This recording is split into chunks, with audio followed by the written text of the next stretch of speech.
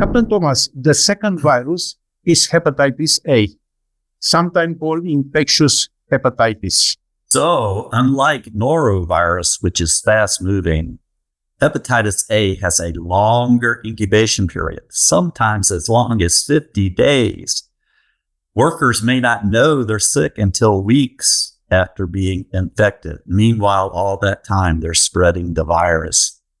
Again, it's fecal oral, meaning people are not washing their hands after using the restroom, particularly that thumb area. So, symptoms include fatigue, jaundice or yellowing, abdominal pain, and nausea.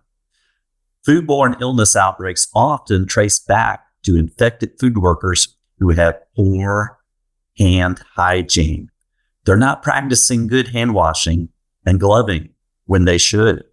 What makes hepatitis A particularly serious is the potential for liver damage and the long recovery time. Unlike norovirus, which runs its course in just a few days, hepatitis A can take weeks to months to fully recover. Exactly, Captain Thomas. And this really highlights the role of active managerial control.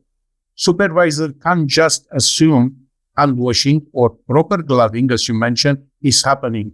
They need to verify it, especially after break, restroom use, or before handling ready-to-eat food. On board, I've seen simple practice like assigning a supervisor at the hand wash station during peak prep times. This makes a real difference for both. Virus preventing infected employees from working with food is critical and takes awareness, policies, and enforcement. Well said, Dumitru. And just to connect the dots, both viruses underlie why restriction and exclusion policies for ill crew members are part of the VSP 2025 standards. Managers must have clear procedures and the confidence to act when someone shows symptoms. That's active managerial control in practice, identifying the risk, applying the control, and verifying the effectiveness. Thank you, Captain Thomas. Now let's move to the pathogenic bacteria. There are 4 in the big 6.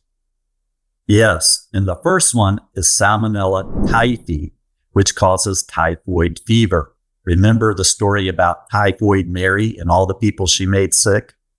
This isn't the common Salmonella you see in undercooked chicken. This one lives only in humans. The danger is with carriers, like Typhoid Mary, who may not even look sick but still shed the bacteria. If a food worker with poor hygiene prepares food, especially ready-to-eat foods like salads, the entire galley can be compromised. The illness is serious. Prolonged fever, weakness, abdominal pain, and sometimes even intestinal bleeding. And that's why, Captain Thomas, we stress restriction and exclusion policies so strongly on board. A food employee with Salmonella typhi can't just be reassigned to lighter duties. They must be excluded from food preparation until cleared by the onboard medical center. Active managerial control, again, means supervisors stay alert, crew report symptoms, and medical is involved immediately. It's about protecting everyone, passenger and crew alike.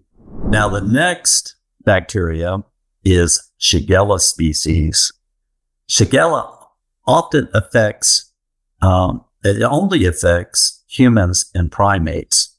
It's spread mainly, again, by the fecal oral route, but can be spread by flies. It only takes a few bacteria to cause illness. We're talking watery or bloody diarrhea, cramps, and fever. In food service, the most common route, again, is unwashed hands contaminating ready-to-eat foods. Outbreaks often start small, but spread rapidly if poor sanitation exists. We have seen this risk firsthand in the buffet lines, Captain Thomas. When utensils aren't changed frequently or when hand washing is get overlooked after restroom use. Shigella can easily spread. That's why, again, active managerial control matters. Changing utensil every 4 hours, monitoring hand washing, making sure the sanitizer station stay well stocked, and, of course, keeping flies out of the food areas. These practices might seem minor, but together they break the chain of transmission. Now, third, we have Shiga toxin producing Escherichia coli, or simply STEC, STEC.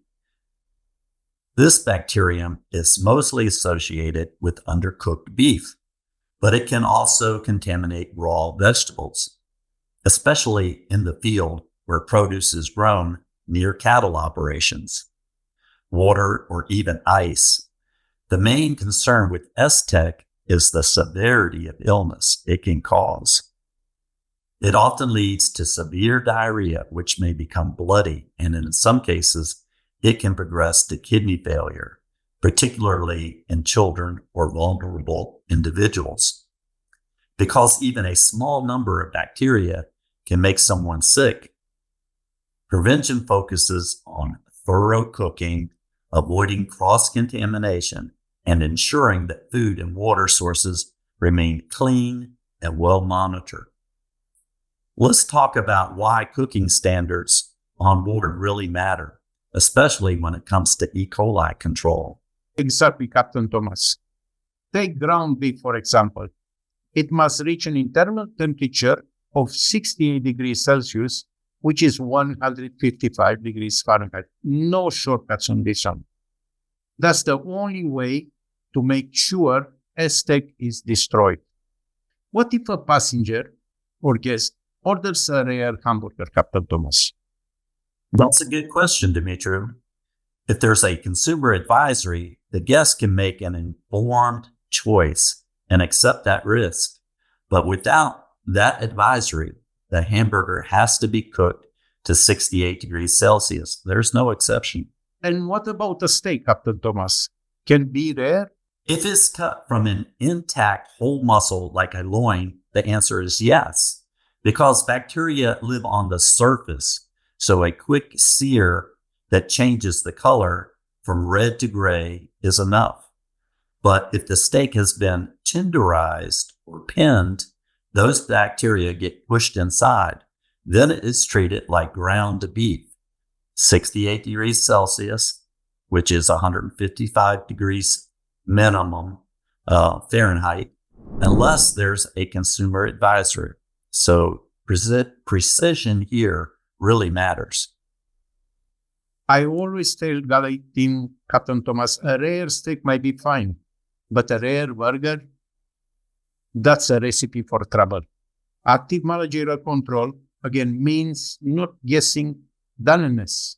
It means using calibrated thermometers, training the cooks, and verify the logs. Now, finally on our list, there's non-typhoidal salmonella, the one most people recognize as being linked to raw or undercooked poultry, eggs, meat, and even produce. It's one of the most common causes of foodborne illness worldwide, competing with norovirus for the top spot each year in the United States. Symptoms are usually diarrhea, fever, abdominal cramps, etc. Most cases resolve on their own, but the infection can be severe, especially for young children, the elderly, or immunocompromised individuals. Interestingly, major multi-state outbreaks in the U.S. have been traced to unexpected foods such as sliced tomatoes, cucumbers, and even peanut butter. That's a great overview, Captain Thomas. Now, let's turn to time control plans. I think of time and temperature as the storyline of food safety. Supervisors need to actively monitor thawing, cooking, and hot holding. The 2025 BSP Environmental Public Health Standards have strengthened the expectation on time control plans for exactly this reason. Each step from receiving to service must be sequenced with a control to prevent salmonella and other pathogens from multiplying. When time is not correctly managed, risk increase. Keeping hot food above 57 degrees Celsius, which is 135 degrees Fahrenheit, or cold foods below 5 degrees Celsius, which is 41 degrees Fahrenheit, ensure food safety is maintained. So there you have it, the 2 viruses and 4 bacteria that make up the Big Six. Together, they form the foundation of food safety microbiology, shaping how we understand contamination, control, and prevention. Active managerial control builds on that foundation, turning scientific understanding into daily practice, a food safety culture that keeps every voyage safe. Exactly, Captain Thomas. And here is the takeaway for everybody. Compliance isn't just about avoiding poison action or inspection. It's about protecting lives and strengthening the confidence in shipboard operation. When supervisors understand that risk and active manage them, the standards become less a burden and more a safety net. Thank you for your privilege of your time on this episode 5 on food safety. Until next time, thank you very much, Captain Thomas. It's been an absolute pleasure. Thank you, Dimitri.